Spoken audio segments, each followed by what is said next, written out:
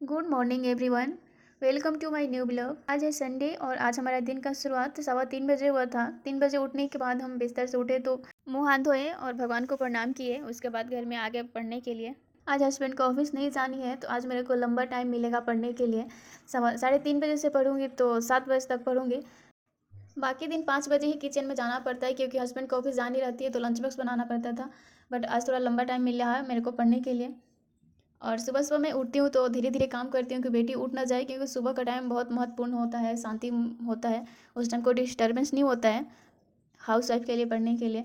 But बेटी कभी उठ जाती है तो उनको मैं सुला के फिर दोबारा से पढ़ने बैठ गई हूँ। आज हमारा टारगेट था सुबह में इकोनॉमिक्स पढ़ने का। मैं इकोनॉमिक्स का रिवीजन कर रही हूँ। इकोनॉमिक्स मेरा ख़त्म हो चुका है, मेरे को रिवीजन करना है।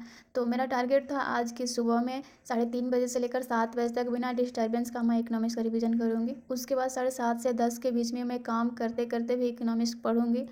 उसके बाद मैं इकोनॉमिक्स में आपको बता दूँ कि मैं 1 से 1.5 घंटे उसको अच्छे से रिवाइज किए, फिर 1-2 क्वेश्चन आंसर राइटिंग की, वो भी हरित क्रांति का मैं टॉपिक पढ़ रही हूँ। अपना टारगेट मैं रात में सोने से पहले ही सेट कर लेती हूँ कि मुझे अगले दिन क्या करना है, क्या पढ़ना है, कौन सा सब्जेक्ट पढ़ना है। तो मैं टारगेट बनाई थी कि मेरे को 2 ही सब्जेक्ट पढ़ना है संडे को। बाकी दिन तो मैं क्लास करती हूँ, बाकी उसका रिवीजन करती हूँ। मेरे को संडे को जो भी बैक है मेरे को वो पूरा करना है।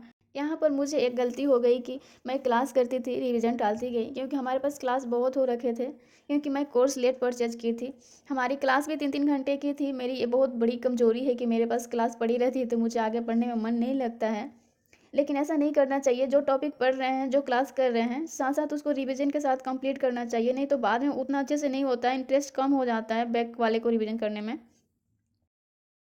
अब मैं सारा क्लास के लेवल में चलती हूँ। जिस दिन क्लास होता है मेरा साथ साथ क्लास चलता है और रिवीजन भी। बेटी को खाना खिला दिए सुबह में, वो पापा के साथ बाहर घूमने गई हैं। आज संडे है, पानी आने में लेट है तो मैं अभी स्टडी कर लेती हूँ। पानी आता है उसके बाद मैं जाऊँगी किचन में, फिर अपना खाना बनाऊँगी। मैं यहाँ पर देख रही हूँ हमारे पास इकोनॉमिक्स का 2 कॉपी है। मैं दोनों में देख रही हूँ, एक में एनसीईआरटी का नोट्स बनाई हूँ और एक में पूरा कंप्लीट बीपीएससी के लिए लेवल का। पानी आ गया तो जल्दी जल्दी काम करेंगे।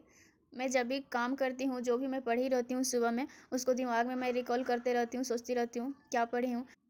जब पानी आता है तो बहुत जल्दी जल्दी काम हो जाता है। यहाँ पर हम बर्तन धो के, हमारे पास पालक था तो पानी तेज़ आ रहा है तो उसमें हम पालक अच्छे से बढ़ा के अच्छे से धो लेंगे पानी में। उसके बाद हम सब्जी धोने के बाद नहा लिए हैं, नहा के पूजा वूजा कर लिए। अब किचन में आ गए खाना बनाने के लिए। आपको हम बता दें यहाँ पर कि जब भी मैं किचन में काम करती हूँ, खाना बनाती हूँ, उस टाइम मैं मैप पढ़ती हूँ। उतना टाइम नहीं होता है कि सारा सब्जेक्ट को बैठकर रिलैक्स होकर पढ़ाई किया जा सके, इसलिए काम के साथ जो भी अलग से पढ़ना रहता है उसको खाना बनाते टाइम या कोई काम करते टाइम उसको पढ़ना पड़ता है। आप लोग से मैं कहूँगी, जो सब्जेक्ट है जो आपको समझना है गहराई से, जो आपके लिए न्यू है, वो आप इस तरह से काम करते करते उसको आप नहीं पढ़िएगा, क्योंकि उसके लिए दिमाग को कंसंट्रेट करके देखना पड़ता है, समझना पड़ता है। मैं यहाँ पर मैप पढ़ रही हूँ। मैप है इंडियन मैप, क्योंकि इंडिया के बारे में, हर जगह के बारे में थोड़ा सा बहुत नॉलेज तो रहता ही है। उसके बाद मैप देख लूँगी और उसका जो PDF रहेगा बाद में मैं उसको कभी रिवाइज कर लूँगी तो मेरे को कवर हो जाएगा।